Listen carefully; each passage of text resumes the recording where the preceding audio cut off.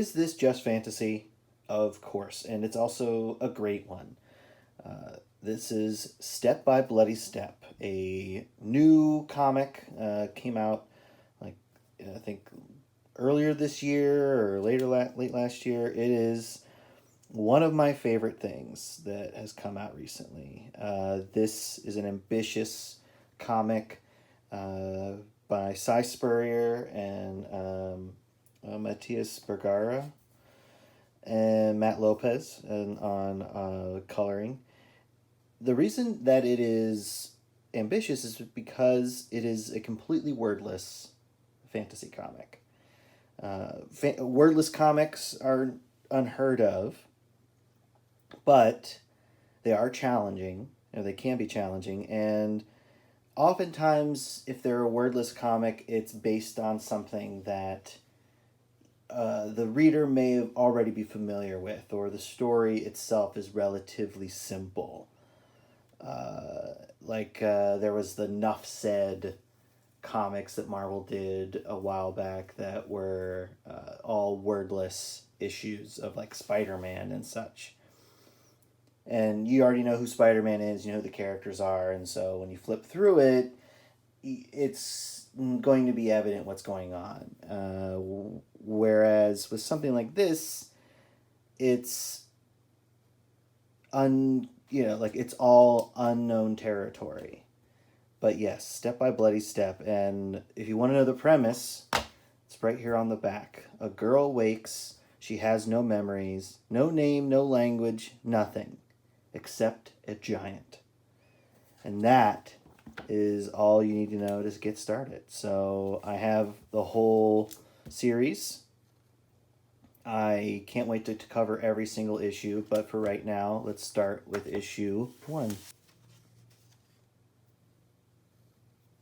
So right now, I want to start off by saying Matias Bergara is one of my favorite artists working today. I find every page, every work I see of his exciting as an artist to look at, because he thinks in a way I don't. He draws in a way I don't, and I want to learn from him. I want to see how he works. But here we have our first image of our girl sleeping in her giant's hand in the snow, and that's something that is also incredible about this book, is that it's telling it's in ways a simple story, but also in other ways a story that is not simple at all. And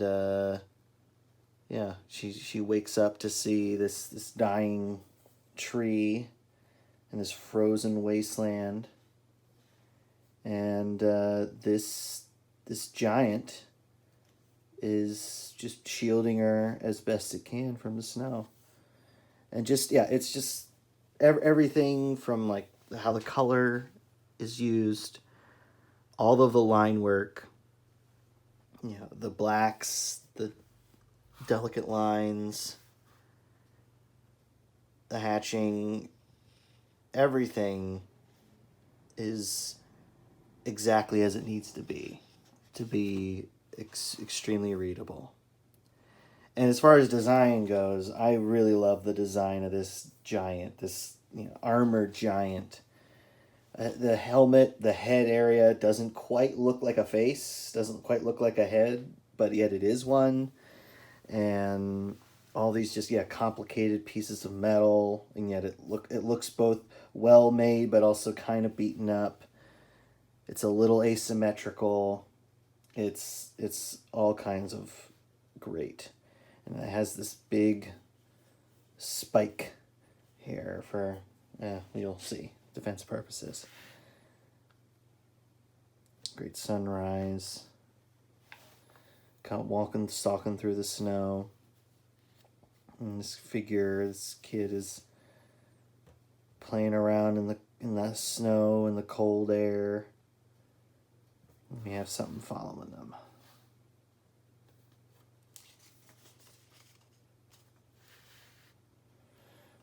A fast as hell wolf creature. Bunch of them. Look at these things.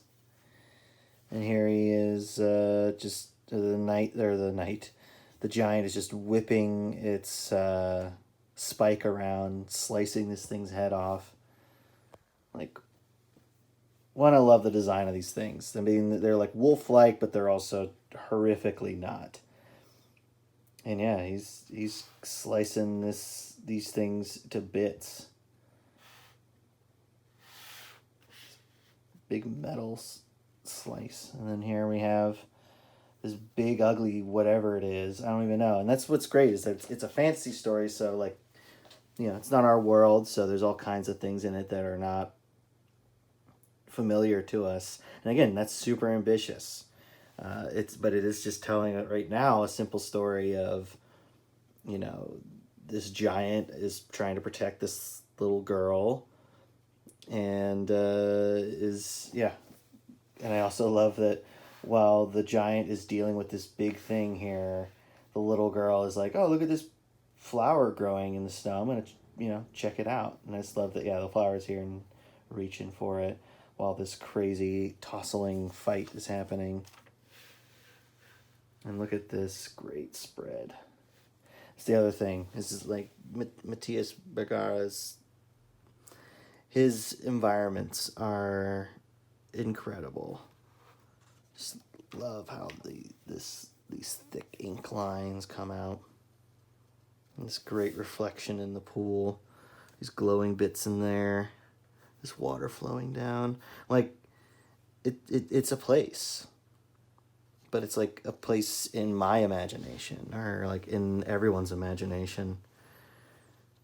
Yeah, and these weird looking little like trees, or I don't even know what those are. But again, that's what's great. It's a fantasy world. It could be anything. And, he's really great. They're, really great color work, isolating our girl and our fight here.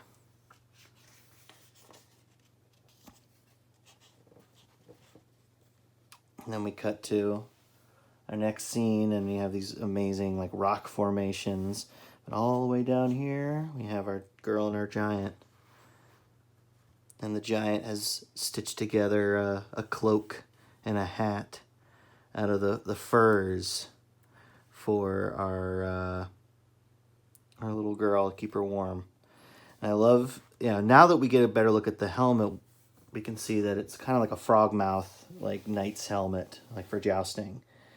But she seems really motivated, really taken with this plant life, these living things that she can find. And this swirling energy around her. Yeah, gorgeous colors.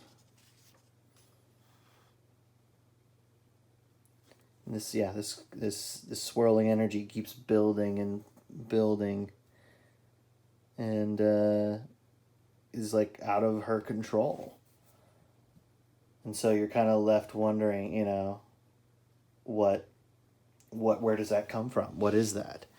And so it has enough mystery about it to like leave you questioning that, because I love the way this looks. The way it's drawn is amazing. But it's like, okay, what was that? It makes me wonder, what was that? And yearn for an explanation. And, I believe we get one. And I also love that, because, the giant's about to take her away when she's crying about she wants the flower. And so we get this sigh coming from the inside of the helmet. So there is somebody in there, like the hot breath coming into the cold air. And then it stomps over, grabs that flower, and then she walks away with it. But yeah, gorgeous, absolutely gorgeous art. Yeah, and then we're just going through the world, this like crystalline world, these lizards. Going through this frozen world, and we have a little circle drawn here, like she can't go outside the circle, because the giant's trying to protect her. Throwing snowballs at her giant. Yeah, and he basically grabs a tree and then shakes all the snow onto her. Like a fun little exchange there. And yeah, just gorgeous vista after gorgeous vista. And it's like our characters aren't even in this page, but we see their footprints. And just, yeah, this vast world that they live in. I love the way this color is done right here. It's so amazing.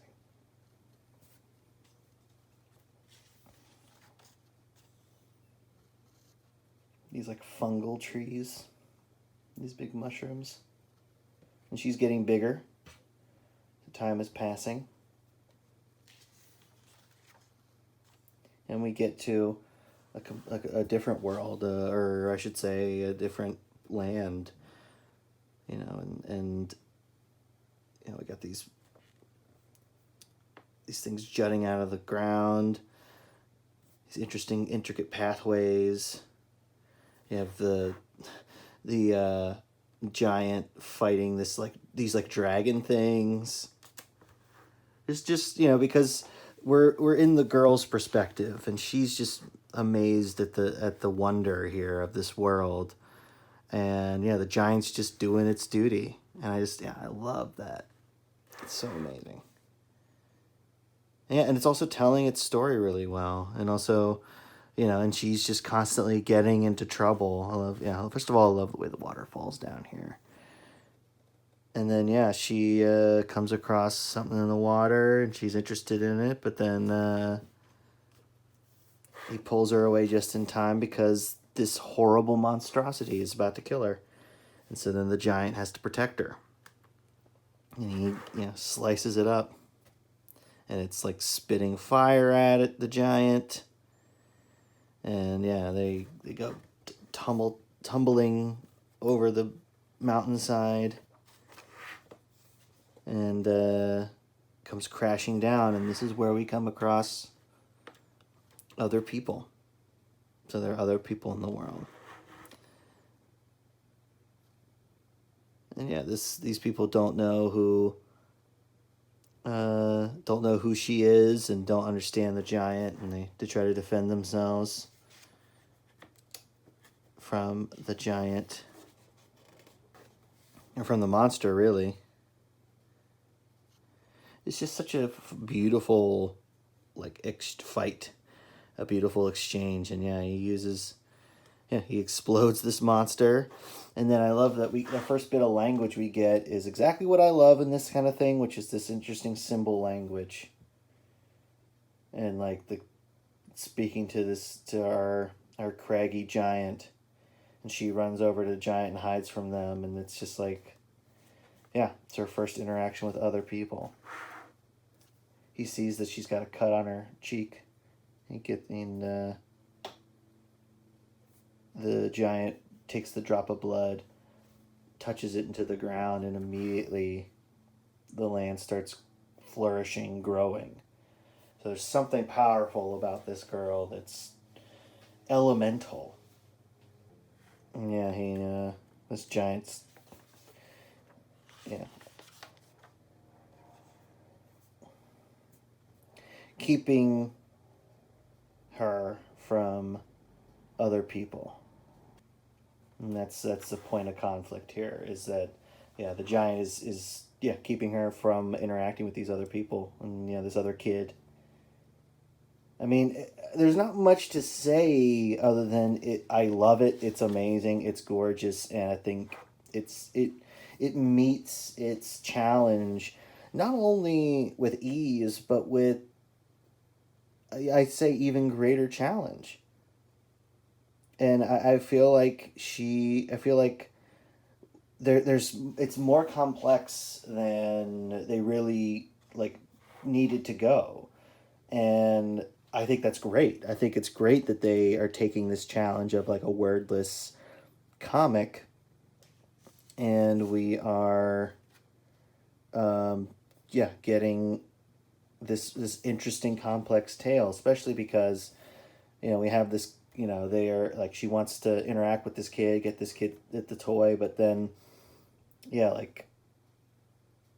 all natural hell is breaking loose, and she, is just depressed, sad, and then she looks up at her giant, whose helmet has fallen, and sees basically another her inside, or just like a planty being inside. And yeah, that's how this, and that's where, that's where we're headed with this amazing world depicted here, and yeah, just this exciting journey that we're on with our giant and our little girl, where he fights off the monsters for her, and she starts trying to learn a little bit more about the world that she inhabits, as we do. But then I love this little hit at the end here, where the these officious looking guys show up, and they want to know where all these plants came from. And they scoop up that poor guy and take him away. It's a great setup. It's a great premise, and I think that they just are running away with all my accolades, really. So yeah, Step by Bloody Step. If looking at this first issue doesn't win you over, then one, it's not for you, but two, I don't know what to tell you. I feel like if you love comics, if you love fantasy, if you love art, I feel like this covers all those bases. And if you're a fan of any of those, I highly, highly recommend it. It's only 4 issues. It's a 4-issue series. It's been collected into a paperback, a trade. But you can also probably find the individual issues out there somewhere. But I recommend it very highly. It's in my top tier fantasy comics of all time, and just comics of all time. Period. So yeah, please look into Step by Bloody Step. And on the note of recommendation and check out my book, Side Questers.